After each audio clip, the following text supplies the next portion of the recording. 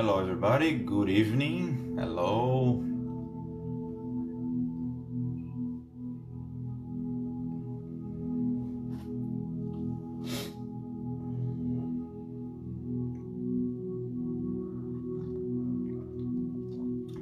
Hello everybody, good evening.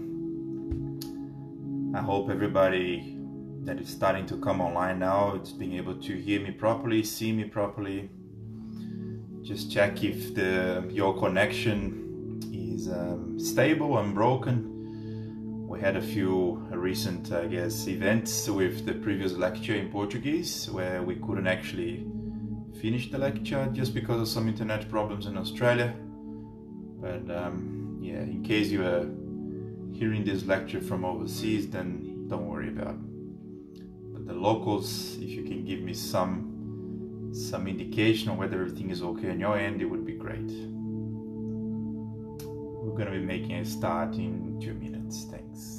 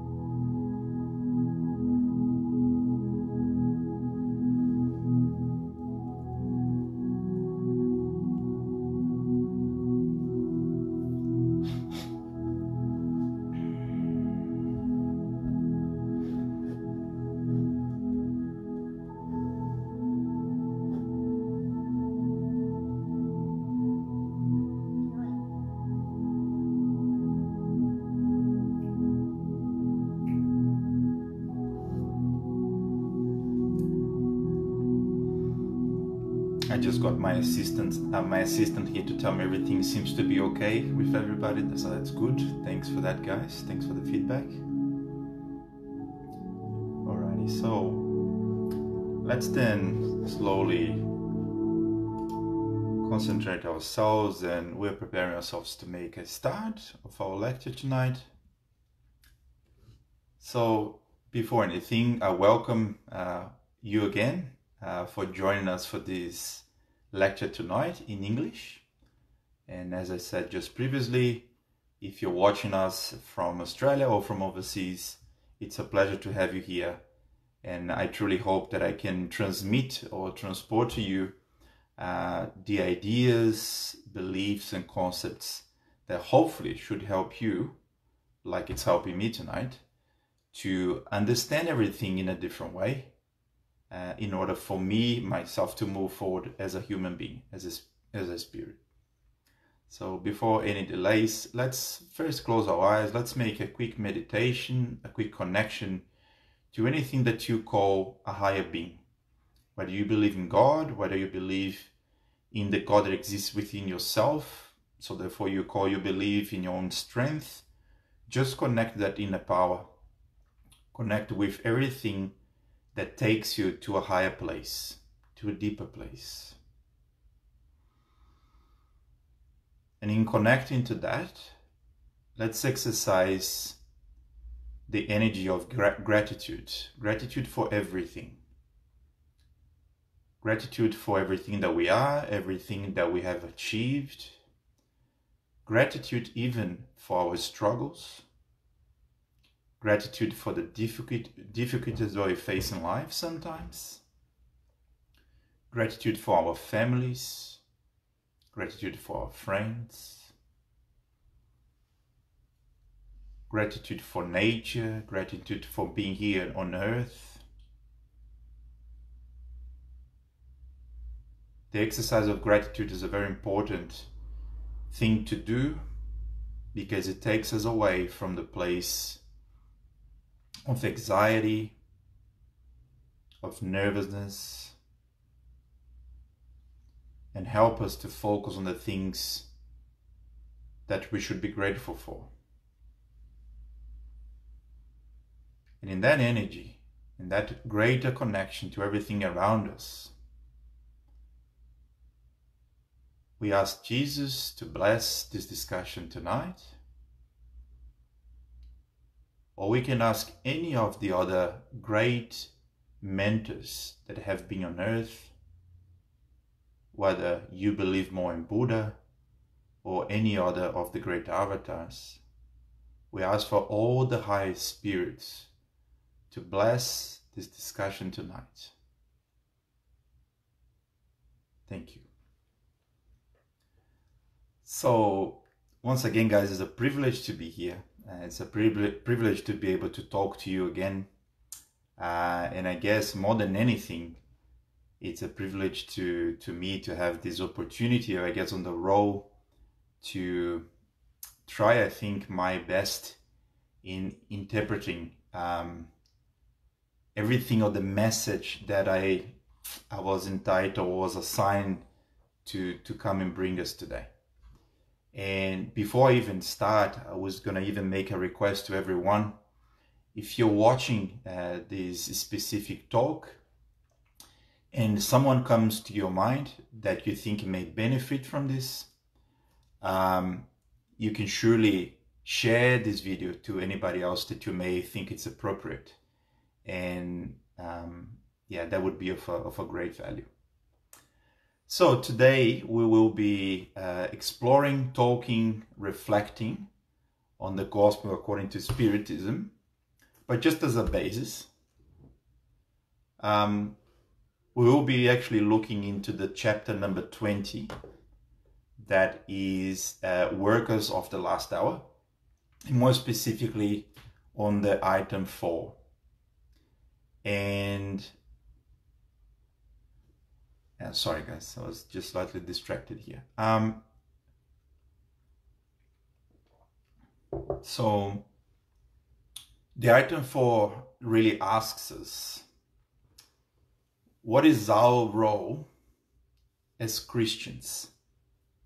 What is our role as Christians? And at the first instance, it looks such a simple question, such a elementary question, that we may even think, well, I'm already 30 plus or 40 plus or 20 plus or whatever age we have. And maybe if we recall our background, the background of our families, maybe the spiritual beliefs we have been raised with, we're going to remember that maybe for the great majority of us, Christ or Jesus has always been the leader, the single leader, the center, the epicenter of everything that we've been taught from a spiritual belief point of view, isn't it? So if we were raised Catholics, or if we already have been born on a more spiritualist family, Jesus has always been there as the center, as the master, as the leader, isn't it? So it's more than fair that we ask ourselves, so what is our role as Christians? What does it mean to be Christians? Well, in preparing this discussion, in preparing this lecture, I truly thought, well, how come I'm going to attempt to answer that question if before I don't even try to understand who really is or was Jesus? Because how can I call myself a follower of Jesus or a follower of Christ, therefore a Christian, the one that follows the Christ, if I don't even know truly what was Christ about? What was it that Christ so passionately did, taught, demonstrated, exemplified? What were the beliefs, the fundamental elements of the Christianity philosophy that it would make sense for me to then look at those principles and then look at me and ask myself, how good of a Christian am I?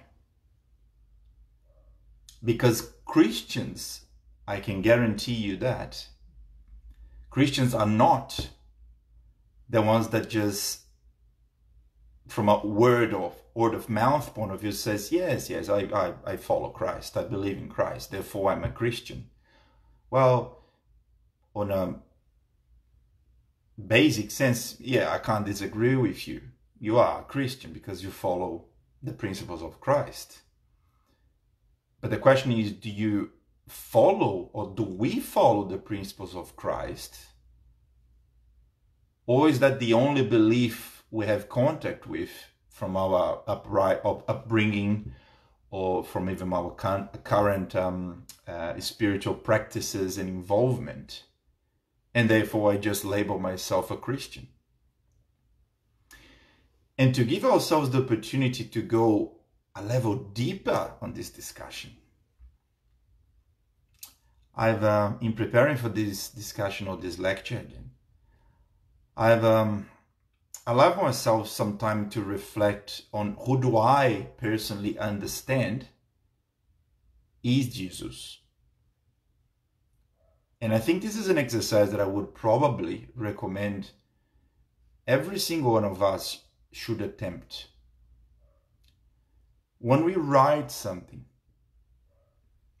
and we're not reading something that is ready there for us, when we read, we just comprehend the words, we mechanically read the physical descriptions, or the visual descriptions that those little shapes that we call letters means to us. And we put those sentences in our brain, and we may understand what the sentence really means from the grammatical sense based on our language. But that isn't really what is enough to say, I follow, or I truly am what I read, isn't it? If it was that easy, that the only thing would take us is to read something, and if I say I completely understand that, and I absolutely agree with that, if it would be that easy for us to just be able to say, cool, therefore if I understand and I believe, I am this. Oh, wow, it would be so marvelous, wouldn't it? So there is a big difference between reading, understanding, comprehending, believing, and being what I just read, isn't it? There's a big difference. So, what I was saying just 2 minutes ago, I've attempted myself to put a description what Jesus is for me.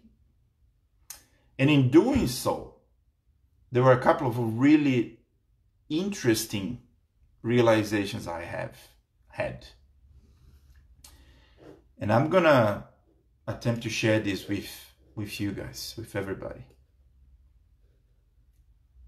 So, who was Jesus? Jesus had the strength, the charisma, and a great magnetism in his words. He could change hardened hearts, open the eyes of the blind, and give the deaf the ability to hear once again, both physically and spiritually. Definitely one of the greatest motivational speakers that the world has ever witnessed.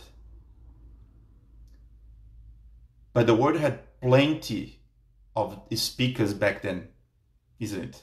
No different to what we have today, no different to the modern times. There's a plenty of motivational speakers that we can see, especially now with the modern information means, YouTube, Facebook.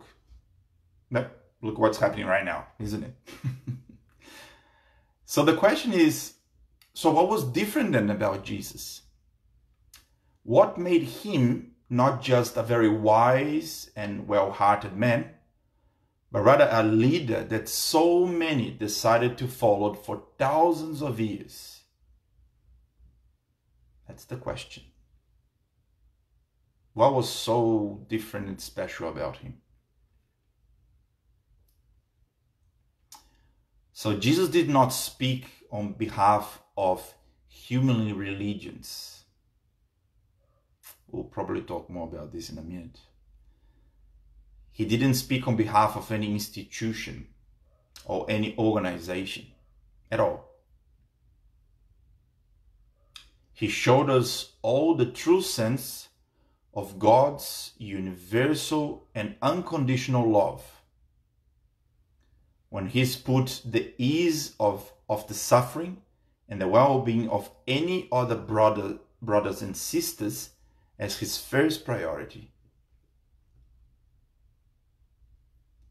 In every action, in every opportunity, He taught us that happiness is only true when shared.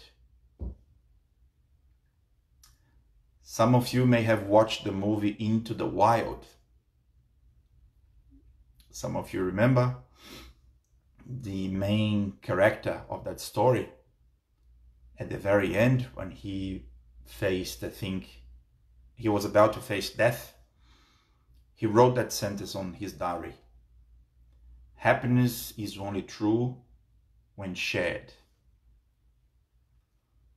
So Jesus talked about a way of life that isn't selfish, but rather one where every single human being has a deep sense of ownership to everyone else's struggles and suffering. And that was Jesus in my current understanding. And after I wrote this, after I reflected about it, there was some deep truth that came to me as a person. I would like to share this with you guys today. Specifically the part that talks about that Jesus never spoke on behalf of any institution, any religion, or any organization. So if I want to call myself a Christian, fundamentally, I should not contradict what the master of my own belief system used to preach, which is everything that I say, everything that I do, everything that I act act according to, should be independent of religion, should be independent of any type of discrimination or separatism. Anything that puts me on a specific class of human beings that is for some reason distinct, different, better or worse than other groups of human beings.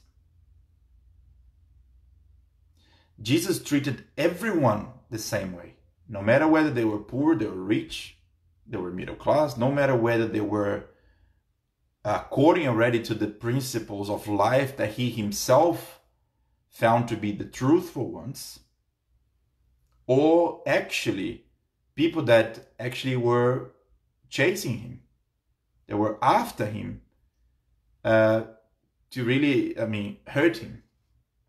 He treated them all the same, with respect. And isn't that on its own a great, deep, powerful teaching? So I'm not here today to give us, or to be the mean through which a message is given according to Spiritism. Because if that's what I was trying to do, I would be contradicting fundamentally what the master I follow and believe taught me. That what we're hopefully here talking today isn't just for anybody that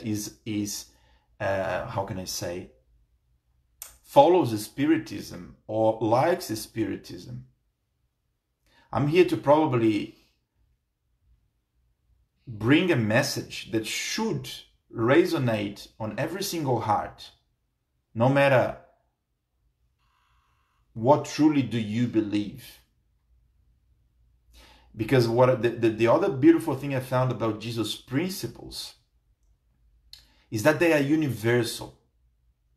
And if we're truly talking about his core fundamentals, the Christ, you're going to see that nothing creates polarization. Nothing creates polarizations when we have different groups, isn't it? So Jesus treated the woman that has committed adultery, yeah? So she's, I think, in simple English terms, she cheated on her husband, wasn't it? So he treated her with the same rights, with the same love, with the same understanding that he would treat anybody else.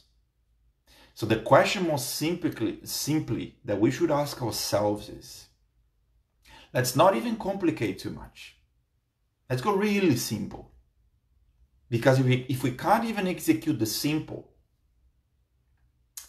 then maybe that we should concentrate ourselves first.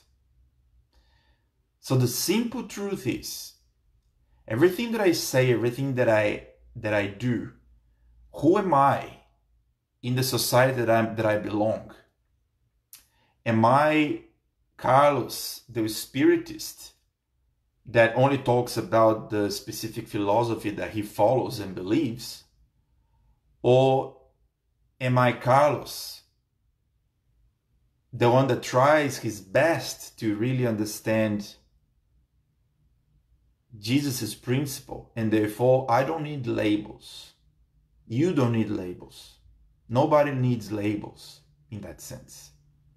And that does not mean, before someone misinterpreted me, that does not mean that I don't see value in study all the principles of Jesus through the philosophy that makes good to me, that is good to me. Because religion at the end of the day is just a tool, is like a school, is the methodology or the combination of the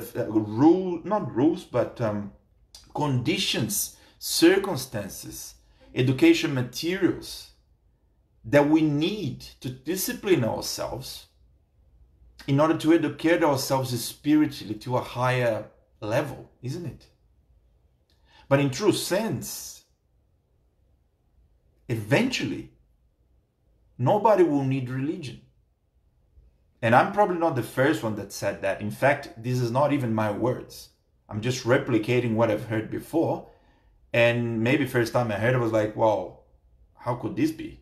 Nobody's going to read religion? Is that an apology to spirituality? No, not at all. Because if every single human being on earth starts to really act according to these fundamental principles of equality, of I'm only as happy as my neighbor is. If surrounding me I only see suffering, struggle, poverty, people who struggle with the basics, how can I be happy? These are universal principles.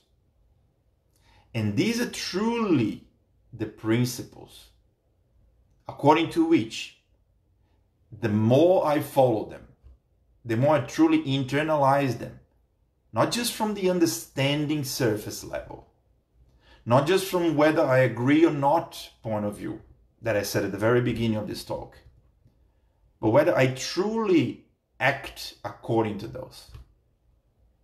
Every relationship I have, every interaction with a human being, every decision I make for my family, for myself, for the society I live, whether those are the values that drive who am I for the world I belong, isn't it? So I'm hopeful to probably be able to guide us through to a way of thinking tonight that takes us away a little bit from the sense of a religious group that we belong. Because everything is much bigger than that. Whether we like it or not, whether we are ready to face or not, Because let's remember, and if you're thinking, but what he's saying right there, I'm not sure if I agree to that. Well, then I invite you, go and really just research about Jesus' life. And I think whatever you're going to find is going to answer your questions. Because that's what I do when I have questions. What was Jesus going to do in this circumstance? What would he think? How would he face the situation? How would he act right in front of this person that right now offended me, or according to this circumstance that puts me completely on the edge of my patience?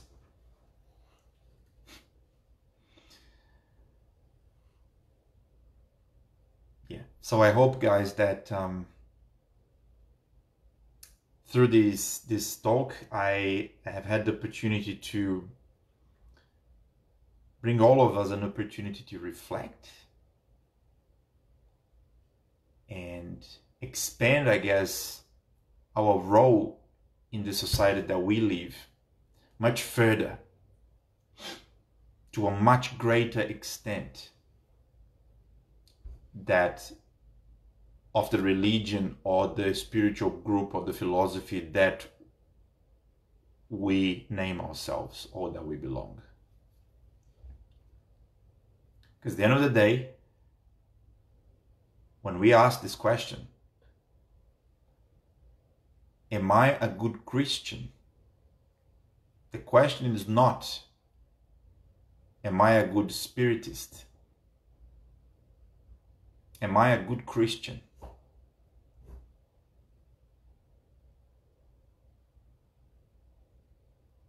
So then we should be able to arrive to an answer that at the end of the day satisfies each one of us. And I guarantee you, when reflecting on that specific question, and that's a dialogue we should have with ourselves, nobody else. If you want to share with someone that is close to you, that you trust, that's great. But don't worry if you can't. Ask yourself that question and see to what kind of answer do you arrive. What is our role as Christians? Isn't it? In fact, to be truly Christian, in fact, in my view, is not even to call ourselves Christian. What did I mean by that? Well,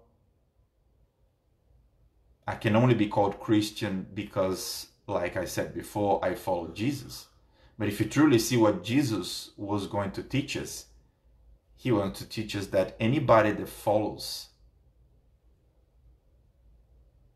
God's universal and unconditional love principles is absolutely right. So, I could be called the one that follows Buddha or the one that follows any other of the great leaders, as long as my core decisions and my core beliefs is according to the unconditional love of the creation, isn't it? So, probably enough for tonight. So in this case, I also ask you guys in this moment to maybe close your eyes. Let's wrap this discussion today, this talk, with the same energy, the same vibrations that we've started a couple of minutes ago. Thanking the universe, thanking God, thanking Jesus, thanking ourselves for having dedicated the time, for having dedicated the energy, having the courage to ask ourselves and to face those deep questions, to put ourselves out of the comfort zone, because that's what we need. Thanks for God to allow us to be together today.